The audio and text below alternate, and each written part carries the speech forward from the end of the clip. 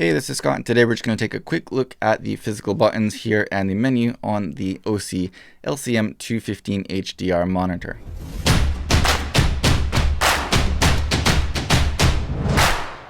So if you want to see a review of this monitor overall, I will put a link for that in the video description. But today we're just going to take a quick look at what's here physically and what's in the menu itself. I'm not necessarily going to dive into absolutely every little nook and cranny of the menu, but I will show you what's in there so you can know if the things that you are personally looking for are included or not. Also, I apologize for the Twilight Zone type image here, but we're going to just be focusing on the menu itself. So first up on the bottom of the monitor here, you have this little arrow button which will let you select your inputs. And when you press it once, you can see them all listed here. And then if you continue to press it again or use these arrows, you can go down to either the SDI2 video or HDMI input. When there's no other menu open on screen, pressing these up or down arrows will go through your quick menu, which has your backlight sharpness, brightness, contrast, saturation, and volume here. And to adjust things in these little quick menus, you're going to use the left and right arrows. If you leave it on screen for a few seconds, it will turn off, or you could continue cycling through until it shuts off by itself when you get to the last option. These left and right arrows will really only do anything when you have one of the menus open, either the main menu or that quick menu. So we're going to skip ahead. And this is your OK button here, or your menu button. So you'll press this to open up the menu or to confirm things, confirm choices in that menu. Before that though, we'll jump over here real quick, and you have 4 function buttons which you can program to different custom functions, of course, in the menu. And these will also double as your user profile buttons. So when you press one of these, you can see first what is set to there. It doesn't actually engage that yet. So you can see what's there, and if you press it again, it will turn that on and cycle through some of the options depending on what you have set. And if you hold it for 2 seconds, it also tells you that on screen. It will switch to the different user profiles. So you have 4 user profiles and 4 custom functions that can be accessed through here, which means technically you have 16 custom functions because you can have 4 different ones for each of those 4 user profiles. Finally, you have what looks like a power button, but it's actually just a standby button. If you press it once, nothing will happen. You have to hold it down for a couple seconds, and the monitor will go into standby mode. Press it again to quickly turn it back on. So now let's jump into that menu by pressing the OK/menu button here. And you can see the first page is just a status display. These things are not adjustable. They'll just give you some information about your input, your signal format, color range, things like that. And if you press the right arrow, you can jump from this side menu into the, I guess you could call it, sub menu. And the top option is for the next page. So you'll just press the right arrow again, and it will go over to the next page. Pressing it again, in this case, we'll cycle back to the same page because there are only 2, which you can see right down here in the corner. There are 2 pages available. Pressing left will back out to the next higher up menu, and these menus on the side are going to be, your main different organization type menus. You have the input configuration, color management, user configuration, IMD configuration, and key inhibit, and then it will cycle back up to the top, which is your status display. Looking at the input configuration, you can turn each of these inputs on or off. You have 2 SDIs, a video, and a HDMI in. You have your NTSC phase, signal format, color range, and YCBCR color matrix options here. There is no second page in this menu, which you can see because there's no next page option up at the top. So we'll jump back down to the next one, which is color management. To get into this menu here, you're going to press the right button, and then we'll jump into the submenu where you have options for, on this first page, your camera LUT type, and the user plus load LUT profile. So what all that means is, first off, you can choose your camera LUT is on or off. So right now I have it on, and if you keep going down, you can choose your camera LUT type. Pressing right will jump into the options here, and you can press up and down to cycle through the different options. So I have it set on user right now. But you do also have camera HDR, you have camera SDR, and then back to user. And you can see that when I went to camera SDR and camera HDR, you can jump down here to select some different camera models. So whichever camera model that's going to be appropriate for. From this left side here, cycling down will bring you to your next option, which is in this case user, and then right to jump into the options for that. And you can cycle through those options with the up and down arrows. So you have user 1, and you can go all the way up to user 16 for the different LUTs that you can load in here with the USB. When you have one selected, you can see the name of it right under there. To load new LUTs, you can jump down to the load LUT file, click OK. I don't have a USB in here right now, but it's very simple to do. Once you jump into there, it's pretty much straightforward to load your LUTs in here from a USB. Pressing down again will cycle back to the top of the menu, so then you can go over to the next page by either pressing right or OK when that next page option is highlighted. And in the next page, you have settings for your color, more directly your gamma color temperature. You can adjust the different red, green, and blue levels when you have it set to user. And let me just show you what options you have here. Let's go down to your color temperature. And you can scroll through DCI D55, 61, 65, 93, user 2, and user 1. And again, if you do something here and you want to undo that, just hit left and it will go back to whatever you had set before. When you have one of the user options selected, you can also go down here to copy over the settings from one of those other modes, so that way you can have that as a starting point, so you can find something that gets you pretty close, and then you can kind of tweak it just a little bit with these red, green, and blue settings. Of course, you can reset it, and then you can also choose your color space, and we'll cycle through here. You have ITU 2020, which for me just seemed to match the image on my camera the best. You also have ITU 709, EBU, SMPTEC, and native, as well as P3. So there's lots of options here. And again, any of these things, these are the things that I find you could accidentally mess up pretty easily. So any of these things that you change, if you want to make sure that you can go back to whatever you had set before, press left, and I went back already, but that will just cancel whatever changes you've made and jump back to your original settings. So I love having that kind of safety net in there. You can play around with things without having to worry about forgetting what you had before, not being able to go back to it. Anyway, you can see that is the second of 2 pages, so let's back out of here and go down to the next option, which is user configuration. This is where you're going to set your user function buttons, as well as some more details for each of those custom functions. So let's go through this menu. This is where a lot of the meat of this monitor is going to be. This first page here is, just where you can set your user presets. So again, you have 4 user presets. You can set 4 different custom functions for each of those user presets. And like we talked about, you can switch between all that right here with these physical buttons. And you can just select which custom functions you have set to each button right here in this first page. And that's pretty straightforward. On the next page, you start off with your audio, and there's actually quite a few different options for how this monitor deals with audio, starting off from your audio source. And you can choose embedded, external, or off. And then if you have it set to either the embedded or external options, you can go back and you can select which channel your speaker out left and speaker out right are giving you independently. You can also select your meter display here. Let's turn that on just so you can see here. And you can turn it on and off, and it's right down in the corner at the moment. But if we click OK, go down to the next level, you can choose which channels your meters are showing. So there's quite a few options there for different combinations and things like that. I'm going to back out of that, and you can also select your meter position from left to right. Those are your only 2 choices. And then you've got your display mode, which when you jump into that, you've got mode 1, which is just your simple audio meters.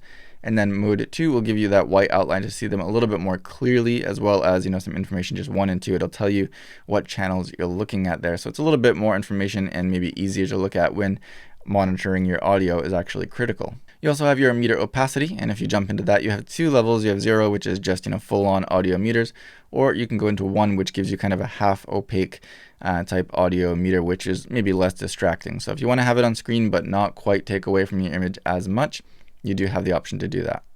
Next up is your menu for your markers, and let's go through here. And just as a quick note, I did say that to jump into the options for one of these settings, you can press the right arrow, but you can also press OK and it will jump into that. And then again, you're navigating through here with the up and down arrows. Turn it on, select OK, and let's jump down to the aspect marker as well. Here we have options like variable, and you can set your variable setting right below that, so you can kind of customize this here. Or you have some presets, of course. So let's go on to 2.35 to 1, for example, right now. We'll set that on. Your variable aspect we just talked about. If you have this set to variable, you can customize that right there. Center marker, you can turn on and off. That's just obviously a little kind of plus sign in the center. area marker, let's go over here and turn that on. You have again different percentages for your safe areas down to 80%. So let's turn that on to, let's say, 95% for now, because I want to show you how these interact actually. So using both of these different, and again, I'm sorry for all the different lines on here because of this Twilight Zone thing going on, but let's take a look at marker fit. So marker fit off means that that safety area, which you can see here, this is we set to 95% safe area marker. This will be in relation to your overall image. But if you change this to on, that will then go inside of your aspect ratio. So we have this line right here and this line right here for our 2.35 to 1 aspect ratio. And now with this turned on, that 95% safe area marker is within that aspect ratio. So you have both options there, which is really, really quite nice. We're going to keep that on for now because if you're planning on shooting 2.35 to 1 and you want to have some safety markers on, probably the safer way to be would be to have that within your aspect ratio. But you do have the option here. So we're going to click OK. After that, you've got your matte level, which is these lines here. Right now, they're kind of like a white color, but if you scroll through here, you can get them to be a little bit less bold, I guess you could say, more of a gray. That's, again, maybe less distracting. So we'll set them on white for now, which is level 1. Click OK, and then go down to our marker matte, which will be the outside areas of this aspect ratio here. Right now we have it off, so you can completely see the entire image, even outside of our aspect ratio. But if you cycle through that, you can turn it completely black. So if you know you're going to be shooting in this aspect ratio and that's going to be your final project, that can be a little bit less distracting sometimes. But you can also set it to half if you want to have more of a focus on your usable area there, but still see what's outside of those frames. You can do that as well, or turn it back off again. Crosshatch is going to be your kind of grid lines. So excuse the insane number of lines that's going to be on the screen now, but you can turn that to on or off, and you can see these different crosshatch lines here, which will give you a little bit more of a guide for framing up your shot if you need it. If you have a bunch of different things set in here, like I have right now, the aspect ratio as well as the area marker, and you have all different settings and you don't want to have to reset each of those one by one to turn things off, you can just go up to the top and turn your markers off, and that will turn everything off here. So if you want to toggle those things really quickly, you can do that. You can get everything set in here and then toggle them on and off with just either the push of a button here in the menu or setting that to one of your custom function buttons down the bottom. Now jumping over to the next page, we have some of your scopes. So here we have your waveform, and let's quickly look at that. You got waveform types. You have right now it's off. You have your parade, you have RGB and Luma, and then back to off. So you can choose which of those, and when you set that to a function button, you can cycle through those, which is really nice for different situations. Waveform size, let's go back and turn that on so we can see with the different sizes that are available. You have small, which is down in the corner here, and I think it's still a good size, especially on a monitor that's already quite large. You can then go up to middle, which will stretch out a bit more over the bottom of the screen, and large, which will take up the entire bottom of the screen, which can be useful because you can see things perfectly in line with where they are on your image, but it does take up quite a lot of space. So you have 3 options there for the waveform size. And you can also choose the waveform location. Right now we have it in right down, which is obviously the right bottom, right center, right up, left center, left down, center down, and back to right down. So for vector scope, it's very similar. First of all, you can turn it on or off. We'll turn that on. And then you can go down again to choose the location. And the location is going to be more of the same: right center, right up, left center, left down, center down, right down, and back to right center. So right now it's on this right center. So you could have that together with the waveform if you wanted to, and it wouldn't get in the way. And it's going to be the same for the histogram. And you can change the opacity of all of these as well if you want to be able to see through to your image a little bit more. With your histograms, though, you do also have just a standard Luma histogram or an RGB histogram. So that's nice to have both of those options. Moving on to our 5th page here, we have focus and exposure assist tools. So you have focus assist, which is what a lot of people typically call focus peaking. But here it's called focus assist, and you can turn that on in a mono mode or with color. And I'm going to keep it with the color right now, because then you can go down and choose your focus assist color between green, red, blue, or green again. So we'll go back out of that, and you can also choose your focus assist level, so the kind of sensitivity here. So you can dial it down to be really quite insensitive, or dial it up to be a bit hotter, I guess you could say, all the way up to how hot, 16, which is just crazy. It's gonna totally not help at all. So you can dial that in exactly how you want, enough to see it clearly, but not so much that it's gonna be less accurate. Peak in this case, and it's the same on other OSEE monitors as well, is going to be more of a sharpening of your image. And when I turn it on, you might be able to see, it actually is really helpful in real life, but it might be more difficult to see on the screen here. But it just really sharpens up the edges of your image. And without having that extra color in there of your focus assist, you'll be able to see what's in focus really a lot more clearly. So let's turn it on. Just in case you can see this, and we'll jump over to our levels here. So you can adjust how intense that is. So from 1, which is basically the same as your original image, all the way up to 8, which gives you a really sharpened image. And again, I'm not sure if you can see this on screen, but I promise it does actually make quite a difference in real use without having to have the distracting green or red or whatever color of focus assist. False color, you can turn on or off here, and we'll turn it on so I can show you some of the other options. You have your false color type, which right now is set to spectrum. This is just a standard IRE scale here, and you have your little scale on the bottom as a reference. But you do also have some different types, and we'll scroll through those. You have red RG4, RG3, Panasonic, Sony, different RE, Blackmagic Design, and back to red, Panasonic V-Log, Canon C-Log 3, C-Log 2, RE Log C. And you can see that, down the bottom here, you have different sets of colors here. It's not the full spectrum. So for example, for Panasonic V-Log, which we have it set to right now, you have, of course, some colors here for your overexposure, your kind of clipping level. But you do also have right here, they say 0 and +1. So this is kind of your ideal exposure. If you're going for a gray card here, this is where you want it. And if you like to overexpose by one stop, you can expose it right here. That's going to make it a lot quicker to get your exposure without having to read through tons of different colors and have super distracting colors on screen. This is going to simplify it quite a lot. So if you're shooting with one of the cameras that are included in here, this is going to be extremely useful, and it's something really quite unique to this monitor, and I believe some other OSEE monitors as well. Under that, you have your zebras and zebra levels, and those are pretty straightforward. On the final page, we have things like your internal signal on-screen display, which is this right here, how long it stays on screen before automatically turning off, your settings for timecode, status display, your language, which is Chinese or English, serial keypad, your monitor reset, and firmware upgrade. Now let's jump back quickly and go into the next menu, which is our IMD configuration. You have IMD display, IMD protocol, and different settings like that. I honestly haven't used this, so I'm not going to talk about that much, but this is the menu for that.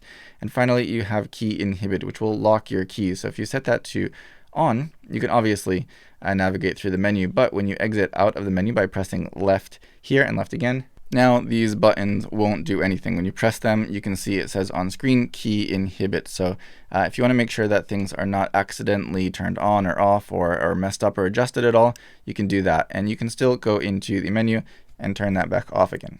So that's really all there is to navigating through this. It does take a little bit of getting used to, things like having to make sure you click OK to confirm your choice instead of just backing out after you change things. But basically, that's going to be how this monitor works, and that's going to be what you have in the menu. So again, if you want to see the review of this monitor, be sure to check the video description. I love doing that. But check down below the video description. I will have links to that video, as well as a link to this monitor and other monitors from OSEE down there if you want to check them out. For now, if you have any more questions or comments, let me know down below, and I will do my best to get back to you as quickly as I can. If you like this video or find it helpful, don't forget to give me a thumbs up. Subscribe to see more in the future. Hit the little bell icon to get notifications when new content is uploaded. And as always, thank you for watching.